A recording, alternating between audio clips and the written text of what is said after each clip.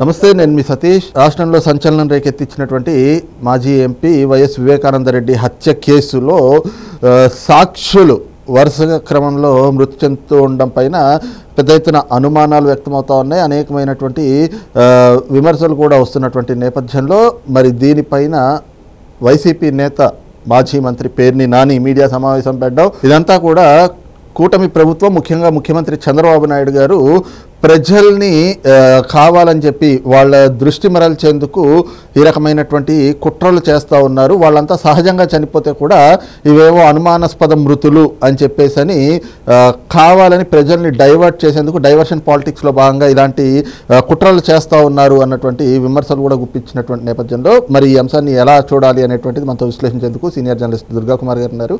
Sir నమస్తే.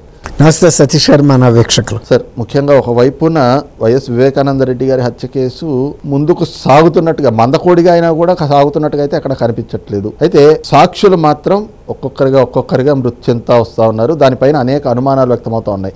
మొన్న చనిపోయినటువంటి వివేకానందరెడ్డి గారి ఇంటి వాచ్మెన్ రంగన్న, మరి ఆయన భార్య కూడా పోలీసులకు ఫిర్యాదు చేశారు. ఆయన మృతి పట్ల అనుమానాలు ఉన్నాయి అని చెప్పి. మరి ఒక పక్కన కుటుంబ సభ్యులు జరుగుతున్నటువంటి వాళ్ళు చనిపోతున్నటువంటి విధానం చూస్తే అనుమానాలు వ్యక్తమవుతున్నటువంటి క్రమంలో ఈ రోజున పేర్ని నాని వచ్చి ఇది చంద్రబాబు నాయుడు గారి కుట్ర, చంద్రబాబు నాయుడు గారు డైవర్షన్ పాలిటిక్స్ చేయడానికి ఈ రకమైనటువంటి అంశాలు తెరపైకి తెస్తున్నారు, క్యాబినెట్ అయిపోయిన తర్వాత దీని మీద చర్చించడం ఏంటి మంత్రులతోటి అని చెప్పేసి గగ్గోలు పెడుతున్నటువంటి వైనాన్ని ఎలా చూడాలి? సతీష్ గారు, ఇప్పుడు వివేకానందరెడ్డి గారి హత్య అనేది చాలా తీవ్రమైన అంశం, అది కాదన్న లేరు ఎవరు కూడా. కానీ అది ఒక అడుగు కూడా మీరు అన్నారు, ఒక అడుగు కూడా ముందుకెళ్ళలేని పరిస్థితి. జగన్మోహన్ రెడ్డి గారు ఆయన చనిపోయిన కొద్ది రోజుల తర్వాతే ముఖ్యమంత్రి అయ్యాడు. ఆయన అప్పటికి దీని మీద సిబిఐ ఎంక్వైరీ కావాలని కూడా హైకోర్టులో పిటిషన్ వేసి ఉన్నారు. మళ్ళీ ముఖ్యమంత్రి అయిపోయిన తర్వాత ఆ పిటిషన్ ఆయనే ఉపసంహరించుకున్నాడు. ఆయన 5 సంవత్సరాల్లో కేంద్ర హోంశాఖ మంత్రిని కానీ ప్రధానమంత్రిని కానీ అనేక రాజ్యాంగ వ్యవస్థల అధిపతులను కానీ కలిశాడు.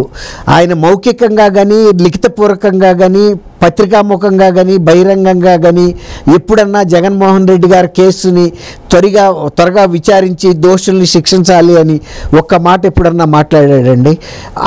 అందుకోసం ప్రయత్నిస్తున్నటువంటి డాక్టర్ సునీతారెడ్డి గారి మీద రెక్కి కూడా నిర్వహించారు. అది ఎంత తీవ్రమైన అంశం! అది ఎప్పుడైనా ఆయన ఖండించాడా? నా చెల్లెలు ఇప్పటికే తండ్రి కోల్పోతే ఆమెను కూడా లేపేయటానికి ప్రయత్నిస్తున్నారు, ఆమెను హత్య చేయటానికి అనేది కనీసం ఆయన కేంద్ర మంత్రులకి లేఖ రాయాలి. రాష్ట్ర తెలంగాణలో ఆయనే ముఖ్యమంత్రి కూడా కదా, మరి ఏమన్నా ఒక్క మాట మాట్లాడాడండి?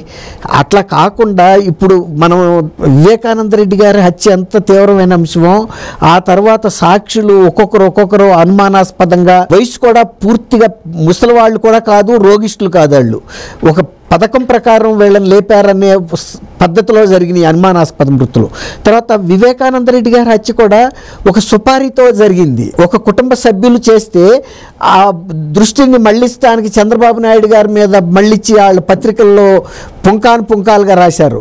తర్వాత వివేకానందరెడ్డి గారి వ్యక్తిత్వ హననానికి పాల్పడ్డారు. ఏ పత్రిక ఏ ఛానల్ కూడా రాయలేదు. అంటే ఆయన చంపటానికి డబ్బులు ఎవరైతే ఉపయోగించారో వాళ్ళే వాళ్ళ ఛానల్స్లో ఆయన వ్యక్తిత్వాన్ని హననం చేస్తూ ఆయనకి 2వ పెళ్ళైంది, ఇంకా పిల్లలు ఉన్నారు, లేకపోతే ఆయన సెటిల్మెంట్లు చేసేవాడు, ఆ సెటిల్మెంట్లకు సంబంధించిన డబ్బు వివాదంలో ఇది జరిగింది అని అనేక రకాలైనటువంటి, అంటే ఒక మనిషి చనిపోయిన తర్వాత ఆయన వ్యక్తిత్వాన్ని కించపరిచే విధంగా రాసిన ఏకైక పత్రిక సాక్షి. ప్రజల దృష్టిని మళ్ళించి ప్రజల దృష్టిలో ఆయన ఒక చిల్లర వ్యక్తిలాగా చిత్రించడానికి ప్రయత్నించిన ఒక వ్యవస్థ సాక్షి. మరి అలాంటి వ్యక్తులు ఇవాళ చంద్రబాబు నాయుడు గారు ప్రజల దృష్టి మళ్ళించడం అంటే, సాక్షులు ఒక్కొక్కరుగా చనిపోయిన మాట అకారణంగా చనిపోయిన మాట వాస్తవమా కాదా? దాని మీద రాష్ట్ర ప్రభుత్వం స్పందించాలా అక్కర్లేదా? కేసుకి ముందుకు వెళ్లకుండా సిబిఐ అధికారుల మీద ప్రైవేట్ కేసులు వేసి సిబిఐ అధికారులు దర్యాప్తు చేయడానికి పులివెందుల్లో తిరిగితే వాళ్ళని భయభ్రాంతులు చేయటం, తర్వాత అవినాష్ రెడ్డి గారిని అరెస్ట్ చేయడానికి సిబిఐ అధికారులు కర్నూలు వెళ్తే కర్నూలులో హాస్పిటల్ చుట్టూతా సాయుధ సిబ్బందిని పెట్టి పోలీసులు సహకరించకుండా అక్కడ ఎస్పీ నేను శాంతి భద్రతల సమస్య వస్తుంది కాబట్టి నా సహకారం ఉండదని సిబిఐ అడిగిన సహాయాన్ని నిరాకరించి ఆయన అరెస్ట్ కాకుండా కాపాడిన ప్రభుత్వంలో ఒక మంత్రిగా ఆయన పనిచేశాడు వాళ్ళ పేర్ని నాని. పేర్ని నాని తండ్రి కూడా ఒక ట్రేడ్ యూనియన్ లీడరు, ఒక మంచి లాయరు, ప్రజల మనిషి. కానీ ఇవాళ ఆయన కేవలం జగన్మోహన్ రెడ్డి గారి పార్టీలో ఉన్నందువల్ల ఆ హత్యకు సంబంధించి కానీ ఈ అనుమానాస్పద మరణాలకు సంబంధించి కానీ సమర్థిస్తా మాట్లాడటం అంటే ఇవాళ దానికన్నా ఘోరమైన విషయం లేదు.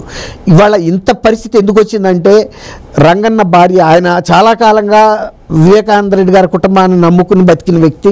ఆయన ఏం సంపాదించలేదు, చాలా పేద వ్యక్తి. అతను హాస్పిటల్లో చనిపోతే సాక్షిలోనే ఇవాళ కొత్త కథనం ఏంటంటే పోలీసులు కొట్టి చంపారని అంటంతోనే ఇవాళ ఇంత తీవ్రత వచ్చింది ఈ అంశానికి. అసలు లేకపోతే కూడా ఒక రకంగా స్తబ్దుగానే, అంటే మామూలు 5 మరణాలు ఇప్పుడు దాకా జరిగిన గంగిరెడ్డి కానీ, తర్వాత శ్రీనివాసరెడ్డి కానీ, గంగాధర్ రెడ్డి కానీ, తర్వాత నారాయణ యాదవ్ కానీ, రంగయ్య కానీ, డాక్టర్ అభిషేక్, ఆయన 40 సంవత్సరాలు కూడా నిండలేదు. ఆయన కూడా ఆ శవానికి కట్లు వేసిన వ్యక్తి. తర్వాత గంగిరెడ్డి గారు ఆ హాస్పిటల్కి అధినేత, ఆయన కూడా స్పాట్లో ఉన్నాడు. వీళ్ళందరి మరణాలు కూడా ఎంత భయం కల్పిస్తున్నాయండి. తర్వాత ఈ కొత్త కథను ఎలా ఇచ్చారు? నిజంగా కనుక పోలీసులు కనుక చంపి ఉంటే దెబ్బలకి అతను హాస్పిటల్లో ఒక అనారోగ్యంతో ఉండి చనిపోయాడు. అయినా ఇవాళ పోలీసులకే అనుమానం వస్తుంది. ఇది కేవలం వైద్యంలో అంటే సహజ మరణమా, లేకపోతే వైద్యంలో ఏదైనా లోపం జరిగిందా, లేకపోతే ఎవరైనా ప్రోత్సహించారా వైద్యుల్ని ఏదైనా విషపూరితమైనటువంటి వైద్యం చేయమనే అనుమానాలు పోలీసులకే వచ్చినాయి. నిన్న అశోక్ కుమార్ గారిని కడప ఎస్పీ కూడా చెప్పాడు, వైఎస్ఆర్ జిల్లా ఎస్పీ ఏం చెప్పాడు? సుశీలమ్మ భార్య ఇచ్చిన ఫిర్యాదులో మాకు కూడా కొంత అనుమానాలు ఉన్నాయి, రీజన్ కనబడుతుంది. ఎందుకంటే గతంలో జరిగినటువంటి హత్యలు చూస్తే కూడా అన్నీ అనుమానాస్పదంగా ఉన్నాయి. అందులో ఇతను ఒక ప్రధానమైన సాక్షి. ఆల్రెడీ సిబిఐ ముందు ఇచ్చాడు. ఇప్పుడు సిబిఐ పోలీసులు ఆయన కొట్టాల్సిన అవసరం ఏముంది? అతను దొంగతనం చేశాడా, లేకపోతే ఇంకా ఏమైనా నేరం చేశాడా? అతన్ని కాపాడాల్సిన బాధ్యత పోలీసుల మీద ఉంది. కాకపోతే ఈ పోలీసులు ఇవాళ దాడి చేసి కొట్టారన్న అంటంతోనే ప్రజలందరికీ అనుమానం ఏమొచ్చిందంటే ఇది ప్రజల దృష్టిని ఇటు మళ్ళించి దస్తగిరి లాంటి వాళ్ళని కూడా లేపుతారా అనే అనుమానాలు ప్రజల్లో వచ్చినాయి. లేకపోతే మంత్రివర్గంలో డీజీపీ నిన్న హరీష్ కుమార్ గుప్తా గారిని పిలిపించి ప్రతి డీటెయిల్ అడిగారు. అసలు ఏంటి ఈ మొత్తం సాక్షులు చనిపోయిన పరిస్థితులు ఏంటి, ఎలా చనిపోయారు ఏంటి, ఎందులో ఏమేమి అనుమానాలు ఉన్నాయి, ఇవన్నీ నిజమేనా, రంగయ్య కేసులో వాస్తవాలు ఏంటి, పోస్ట్ మార్టం రిపోర్ట్ రాకముందే వీళ్ళు పోలీసులు కొట్టి చంపారని చెప్పటం అనేది ఎంతవరకు సమంజసం అండి? సాక్షి అనేది నిజాలే రాస్తా అంటున్నారు కదా. పోలీసులు పోస్ట్ మార్టం నివేదికని వచ్చిన తర్వాత యాజిటీజ్ ముద్రించమనండి, తప్పులేదు. ఒకవేళ కనుక మరి అట్లాంటప్పుడు రఘురామరాజు గారిని పోలీసు కస్టడీలో టార్చర్ పెడితే Guntur general hospital superintendent Prabhavati గారిని ఇన్ఫ్లుయెన్స్ చేసి అవి స్కిన్ ఎలర్జీ మూలాన వచ్చిందని తప్పుడు సర్టిఫికెట్లు రాయించారు. తర్వాత అదే మిలిటరీ హాస్పిటల్లో అది టార్చర్ పోలీసులు కొట్టడం వలన జరిగిన గాయాలని ధృవీకరించారు. ఇప్పుడు ఆమె ఆ కేసులో ఇరుక్కునుంది. ఈ విధంగా ప్రజల దృష్టిని మళ్లించడం కానీ అక్రమమైనటువంటి ఇలాంటి సాక్షుల్ని లేపటం, ఇది పరిటాల రవి కేసు నుంచి మొదలైందండి సంస్కృతి. అదే ఇప్పుడు కొనసాగుతుంది. దానికి దీనికి కూడా పోలికలు ఉన్నాయి. తర్వాత మొన్న మధ్య దస్తగిరిని శివశంకర్ కొడుకు లోపలికి వెళ్ళి అందులో ముద్దాయిగా కొడుకు డాక్టర్ రూపంలో వెళ్ళి బెదిరించలేదా, ప్రభావితం చేయడానికి ప్రయత్నించలేదా? కాబట్టి పేర్ని నాని గారు వాస్తవాలు అన్నీ కూడా చెప్పుంటే బాగుండేది. తర్వాత సొంత కుటుంబ సభ్యులు కూడా ఏం చెబుతున్నారు? వివేకానంద రెడ్డి గారి హత్య బయట వాళ్ళు చేసిన హత్య కాదు, ఇది కుటుంబంలో వాళ్ళు రాజకీయ కారణాలతో చేసిన హత్య అని సిబిఐ ముందు వాంగ్మూలాలు ఇచ్చారు కదండి.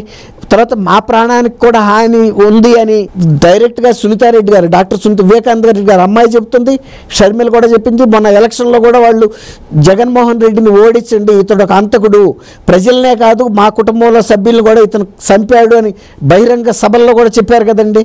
కాబట్టి పేర్ని నాని లాంటి వ్యక్తి పార్టీ తరపున మాట్లాడొచ్చు, కానీ ఇలా ఇంత ఘోరమైనటువంటి వరుస క్రమంలో జరిగిన అనుమానాల మృతుల గురించి తను తీర్పు చెప్పడం ఎవరో చెప్పడం తగ్గదు. ఇప్పుడు వాళ్ళు పోలీసులు కూడా ఒక సిట్ వేశారు. దీని నివేదికని కేంద్ర హోంశాఖకి పంపిస్తారు. అంటే ఇంతమంది అనుమానాస్పదంగా చనిపోయిన పరిస్థితులు ఏంటి, ఇందులో వాస్తవాలు ఏంటి అనేది రేపు వివేకానంద రెడ్డి గారి హత్య జరిగిన విచారణ సందర్భంలో ఇవి కూడా ప్రస్తావనకు వస్తాయి.